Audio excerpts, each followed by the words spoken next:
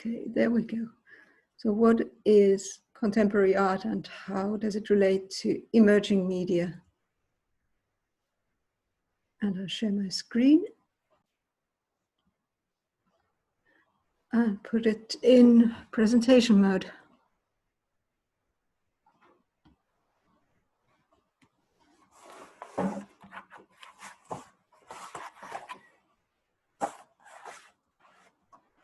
So, okay, what's contemporary art anyway? Like, how can this be called art? This is an interactive art installation where users can affect how the work looks like with their mobile phones, and it's projected on the wall. So I took something from the Wikipedia to start with. Everybody always says that the Wikipedia is bad, but I think I've talked about this earlier, that it's not that bad, not for my my opinion anyway. So anyway, Wikipedia has it pretty well that it's produced in the second half of the 20th century or in the 21st century. So that's the time limit. So before that, there was modern art, and sometimes in the 1960s, modern art became contemporary fine art. There's no definite limit when that happened, but sometimes in that place in culture and time. Also, contemporary art is very international from its setting. So you can't be a contemporary artist if you're just working in your own country and that's it. That's what I say anyway. And I'm thinking that many people agree with me. And there is no ism, there is no big ideology. We'll come back to this later.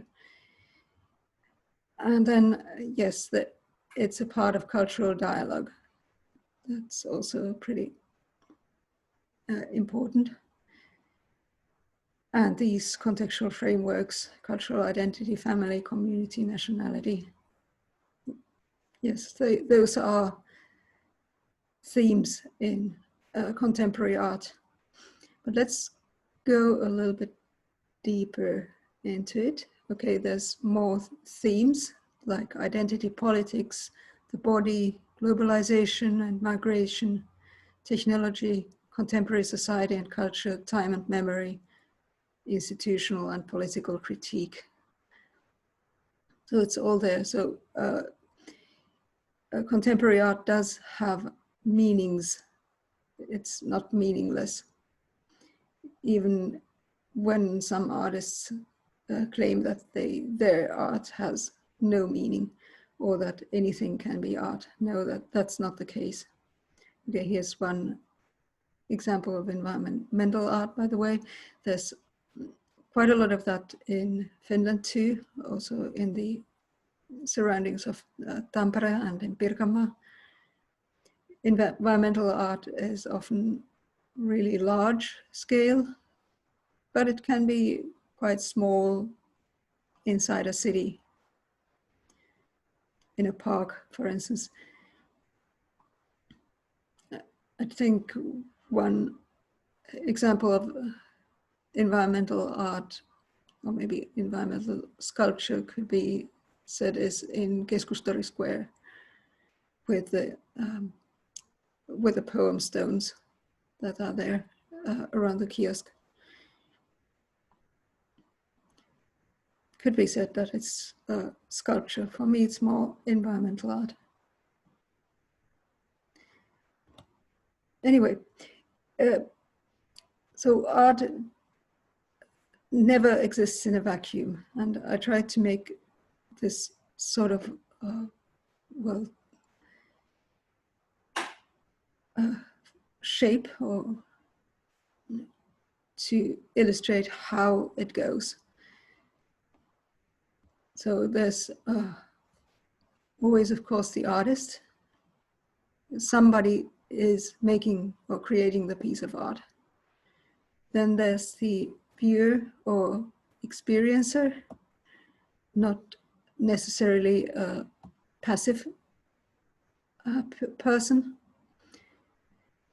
Somebody who appreciates the art piece, experiences it in different ways, and often also buys it, but not always. Then there's something called the context of contemporary art, which validates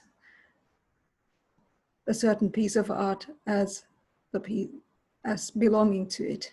So it's not that simple that you can say that anything can be art. It has to be validated by the context of contemporary art. And I'll explain pretty soon what the context is.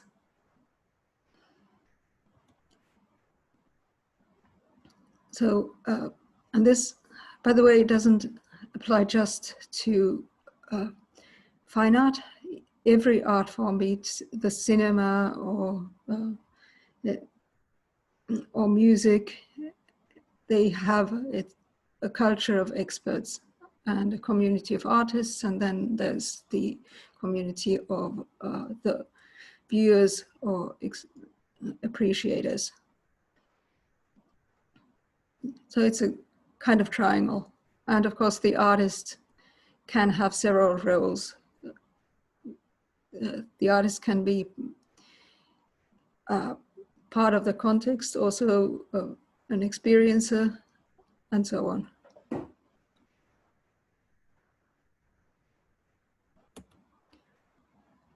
Okay, so contemporary fine art does use the techniques and tools that modern art used and traditional fine art used in the previous centuries. They haven't gone anywhere. Painting is still there. People are still painting with oils, and they are painting with egg tempera, which is a very old technique from the Paleolithic age, by the way. And they are drawing pictures, and they are making sculptures and installations, just like people have been doing for like millennia. Well, film and video haven't been there quite as long, but pretty long time anyway. And each of those has been used by artists from the start. By the way, I forgot photography here, but that should be one major thing here, and I will add it right now. There we go. But yeah, luckily I wrote such as here. So because the list of techniques that artists have used during the last 10 millennia or so is quite vast. But then if we come back to contemporary fine art, there are also lots and lots of new techniques and technologies that it uses. And I just put a couple of examples. If you go to the Wikipedia pages on contemporary fine art, you will find like a lot more. So these I took because they had also had to do with art and emerging media mostly. Well, performance art has been done for a very long time. Officially, it began in the 1960s, but or maybe earlier, maybe in the 1920s, already in the Bauhaus movement. But it could be said that even Leonardo da Vinci did some performance art, although he didn't call it that. But we have some documentation about some performances that he made, and they were quite stunning at the time.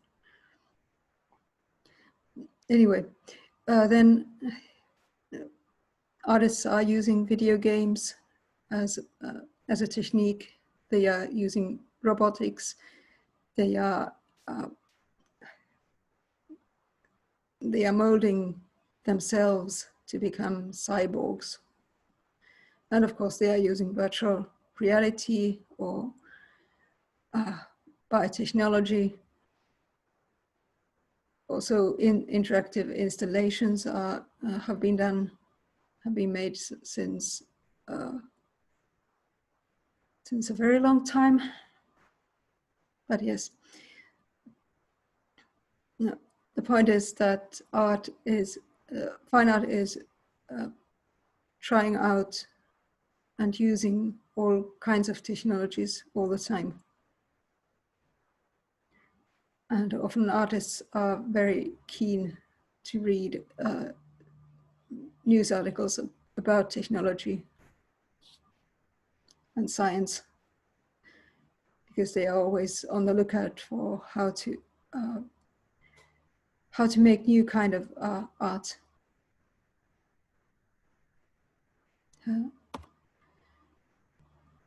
Okay, but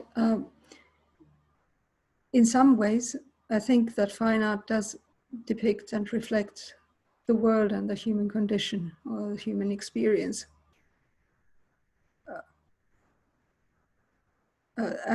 But the ways it does are different than it used to in the past.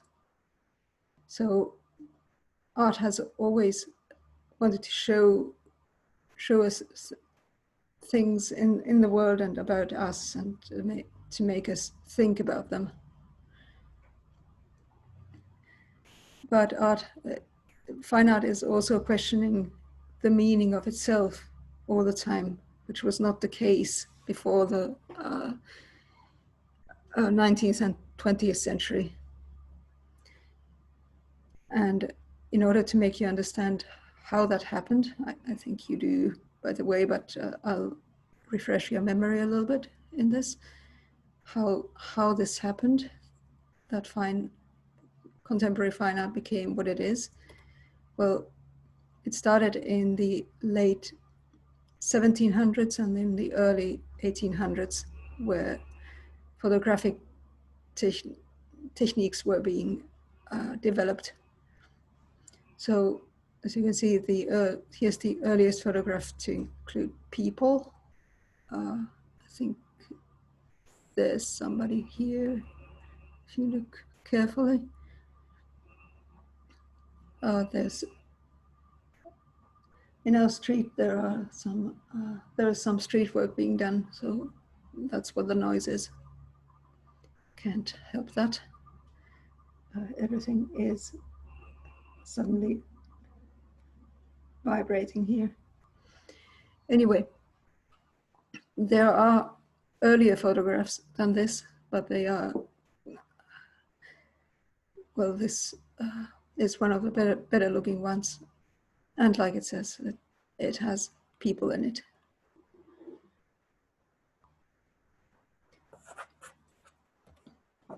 So quite quickly, as you see, this portrait is already from 1839. Quite quickly, people started taking portraits, and before that, only rich people could afford a painter to make a lifelike portrait of them. Well, actually, a lot of people who didn't have that much money, they had these small miniatures made of themselves. There were miniature painters to do that. So that they were these very, like maybe 4 or 5 centimeters high miniatures. They are quite nice if you look at them at some point, and if you Google them up. Okay, so anybody could take photos, at least at the end of the 19th century, because photographic techniques had become cheaper. So why have artists, why have painters to do that? So there was a sort of crisis, like what do we need artists for?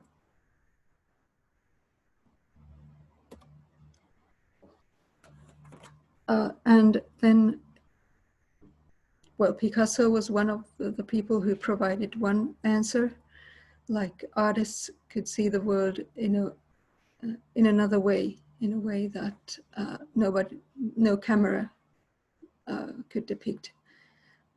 The art could depict inner realities,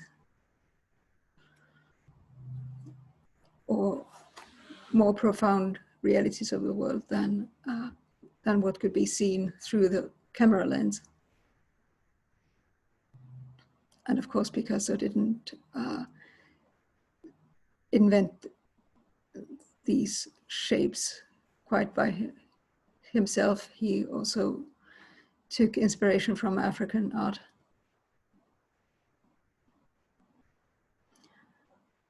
So then it seemed for a couple of decades that the crisis had been solved, and then there were, well, modern art had begun, and with modern art there were a lot of different art ways of doing art, or isms. There was Dadaism, there was Cubism, before that there was Impressionism, Expressionism, Surrealism, whatever. But everybody knew that, okay, this was art now. But then there was another crisis, which was a bigger crisis in the world, of course. There was a big world war around this. So some political ideologies became quite strong. And the question was if fine art should depict an ideal world, and which ideal world should that be then? Should it be the which ism of the ideologies should it take? So a camera couldn't have taken this kind of photo, although it seems to be realistic in some ways, but it's a total fantasy picture, of course. Like the man here, Stalin, he had had a polio when he was a child, so his hand was actually just a stump. So all the photographs of him also had to be either retouched, or he had to put his hand in a pocket.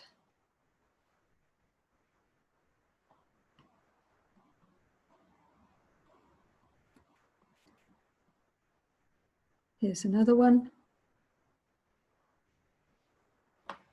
This painting does use cinematic techniques and photographic framing, by the way.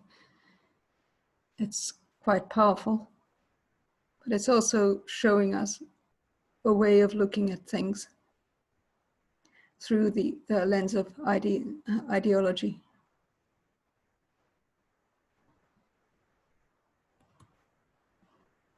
oh, here, this is also an idea of a truth, not that much the truth itself, which is, of course, a thing that that is really important to us in our era. Who shows us things and how.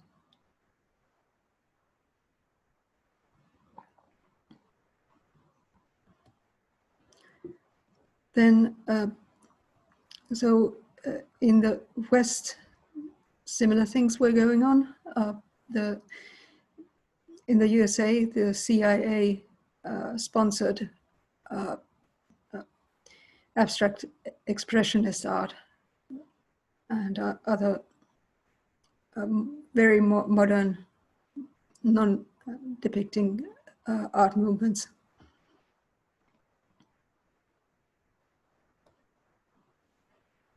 But right now, in contemporary fine art, there are no isms, like I said before. So, but what is art is defined by the context of fine art. Like here are some of the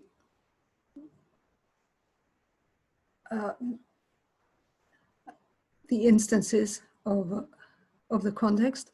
Art schools are one, a pretty strong one, by the way. An art school is always on the lookout for becoming more prestigious in the context.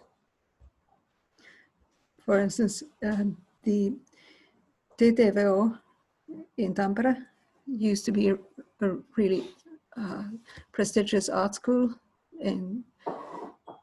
starting from the 1990s and going to about 2015. Then TAMK decided to change the way that artists were being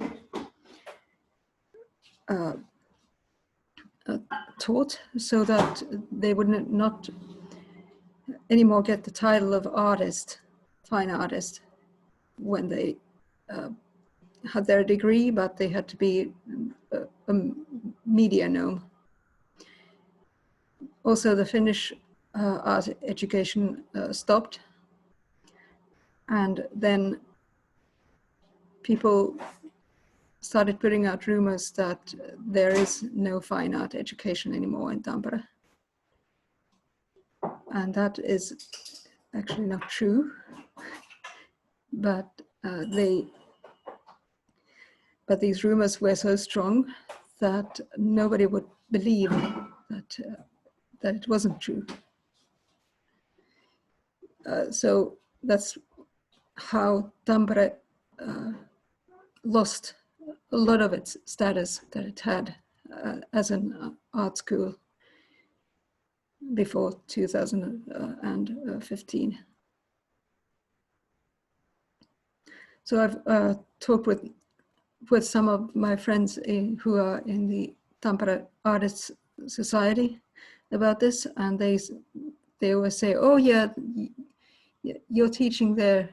Yeah, it doesn't have any art school anymore." And I'm saying, yes, they do have, and even people who are studying there have tried to say, no, that's not the case, but nobody believes them anymore. So an art school can lose its prestige as well as gain it.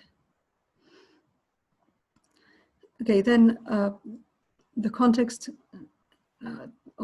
is also the curators of exhibitions in each bigger city. There is usually a big exhibition of contemporary art, like every 2 years or sometimes every 3 years.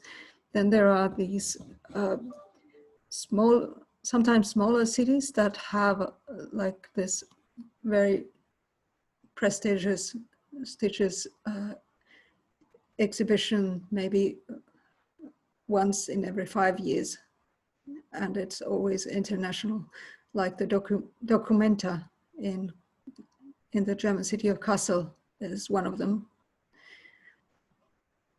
And an artist gains prestige by being chosen into one of those exhibitions.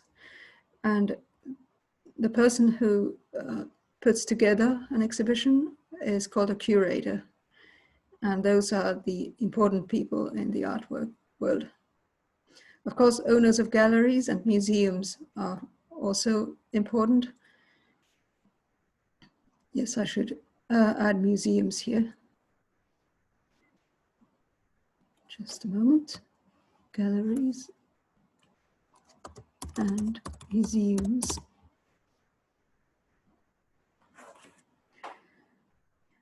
Then, of course, artists themselves decide what is art and what isn't. Art critics do that too.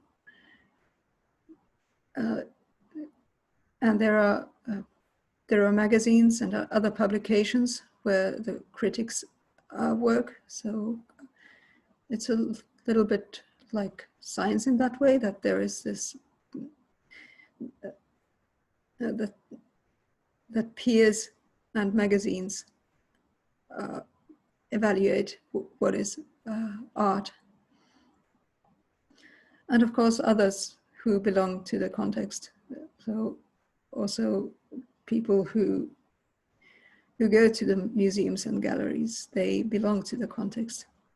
By the way, this cryptozoologies is partially algorithm generated artwork. All of these text parts are animated, and so is this child's face. Charles Sanderson used to teach at the DTV in the 1990s, and he's he's an international artist who lives in Tampere, and he has had some very nice pieces in both in Tampere and in these big international exhibitions like the Documenta. I think he was in Documenta. Oh, yeah. Anyway, also a nice guy. Then there's a question that I get often from students who are into concept art. Like, I think all of you have looked at this kind of concept art for video games or animations, mostly video games at some point. And I know that each year there are lots of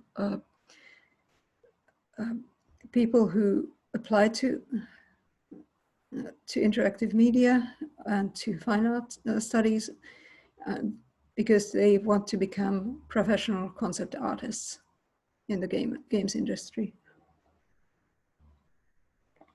And what they often ask me is if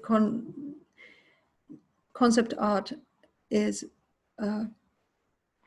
fine art or not, because I've been teaching in a couple of the fine art courses, like fine art and games. And then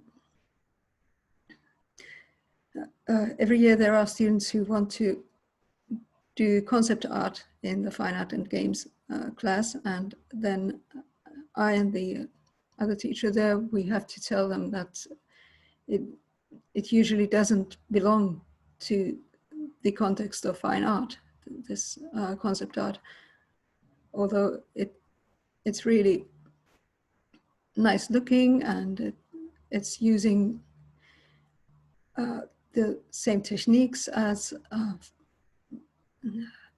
artists do. So why doesn't it qualify as fine art? Well, the answer is actually quite simple. It's made for concept art is made for an illustrative purpose. It's applied art. So it's not art for its own sake in that sense. And also, which is perhaps more important, it hasn't been created within the context of fine art. So it's art only if the context of fine art applies to it. Sounds okay. So how does a young artist become established and recognized in the context? So, well, first of all, they need to have an education in some of the established institutions, which I talked about already. Often they go and have an education internationally, well, when that's possible. It used to be.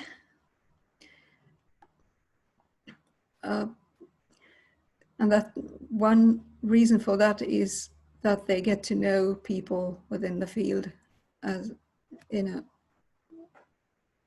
broad way as possible. Also curators. That's one reason why fine art students always have these exhibitions. They sometimes have exhibitions in between their studies so that they can get practice in exhibitions. Also, when they are ready with their studies, then there's the big final exhibition where everybody of a certain year participates. And those exhibitions, the invitations are being sent very broadly, also to curators and to people who work in the museums. And those people then come to see which young artists they would like to promote, which have the most originality in their eyes. And also those young artists are there in person, so the curators can talk to them, actually. So it's not just idle talk that is done in these exhibition openings. Yeah, when I was in my last year of studies in Germany, by the way, I took part in this quite funny competition with ice sculptures, and I made we were supposed to make some sort of very well cute looking piece, I guess, and I decided to take it a little bit differently. I made it into a kind of performance art, and well, I didn't get the prize, but afterwards a curator came to me and gave me her card so that I could send her invitations to my exhibitions. But then in the next few months, I moved to Finland and decided to have another kind of career. So I didn't become a fine artist, and that wasn't in the end in me. But I know a lot of people who do contemporary fine art, and I like it, as you might have noticed. So of course you have to, as a contemporary fine artist, you have to create art that fits in the context. So you have to know where you stand and what it is. And you have to get a name and a reputation by participating in these exhibitions, by becoming part of the world. And also you have to find an original style as a young artist, and then your own way of doing things.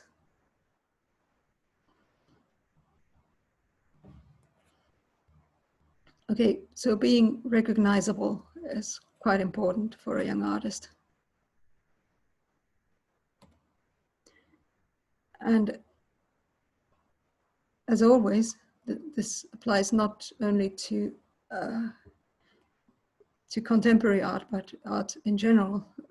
Well, the best of the artists, they are always true to themselves, and they are original. They have mastered the technique or techniques in a superb way that when you go and see their works, it's like, whoa. And somehow those works resonate in people's minds. Leonardo's Mona Lisa does that, but there is a lot of contemporary art that also does it. And of course, in the times of Leonardo, there was a lot of mediocre artists who nobody talks about anymore. Of course, there were also brilliant artists who have been forgotten, but that's how the world is. Anyway, art tries to show us things that are universal and personal at the same time. Well, that could be said of literature too, but yeah. So art tries to tell us something that has some importance about ourselves or the world around us, or about the relationship of us and the world. So that's how I would define contemporary fine art. So let's get on and talk about art and emerging media. Like, what I've noticed is that often the next big thing is where the contemporary art creators are flocking into, and where they are doing some experiments. So I mean by the next big thing, something that comes out commercially in a big way in maybe 5 to 10 years. So that's why it's very good to keep an eye on the fine artists, on the contemporary art, what is happening there right now, even if you're not doing it yourself, because it might give like a hint of where things will be going. And that's simply because contemporary artists have a mindset that they want to play around and experiment with new technology, because everybody in fine art wants to find their own unique style, and that can also apply to finding new techniques. Okay, so let's look at some examples. So here, for instance, is something called a digital poetry game. That is, by the way, a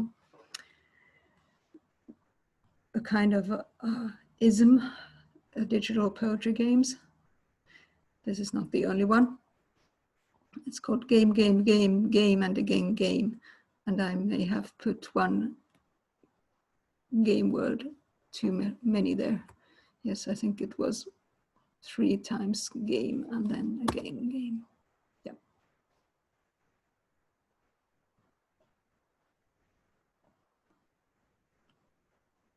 So you can do fine art with games by breaking the rules, so to say.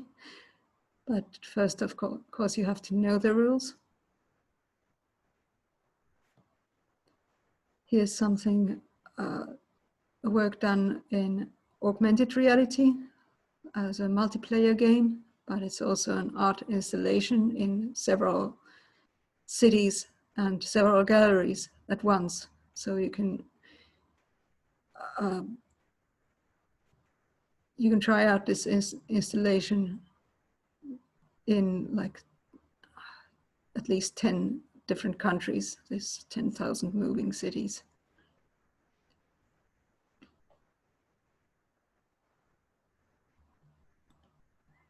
This is an older work, but it's virtual reality, also an interactive installation. The tunnel under the Atlantic, and this Maurice Benayoun has done a lot of virtual reality and interactive installations in the 1990s. By the way, there was one work by Simon Biggs at some point that I think, yeah, here. Simon Biggs also made interactive installations already in the early 1990s. I've been to a couple of his workshops in the late 1990s and talked with him about his techniques. So he has learned to code, and what he does is he projects these images, sometimes words, in different sorts of places, and then he uses simple, electric eyes, like sensors, to sense where people are walking. So one of his works was set in a church where he projected angels in the ceiling, and when people walked, they could basically make the angels move by their movements. Biggs is not a religious man at all, but he had been asked by the church to provide something there, and the opportunity intrigued him.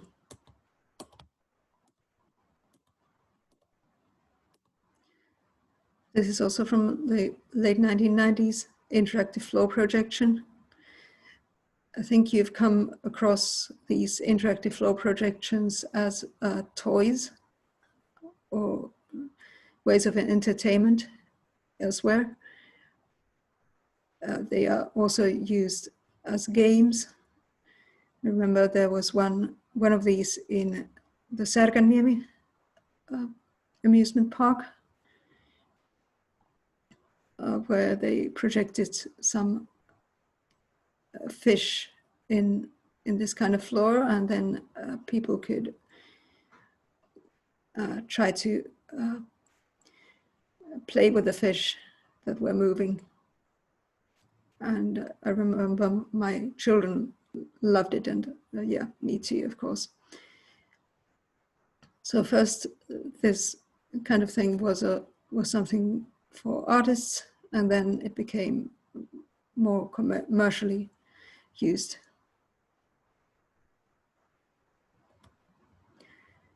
And yes, you know GIFs. Of course you know GIFs. So GIF art is a thing. And when is a piece of GIF a piece of art? Well, when it's presented in the context again.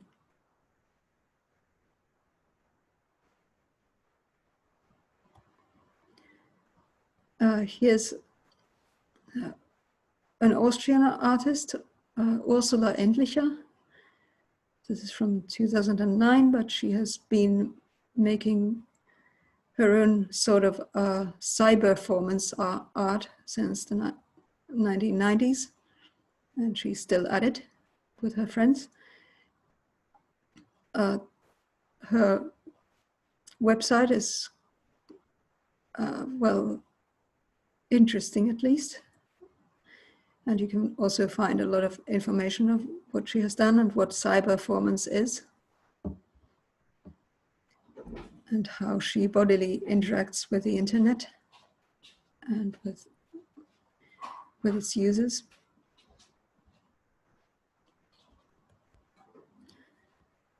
Okay, so I added here some of the examples, but now that you have seen these, what thoughts do you have in mind?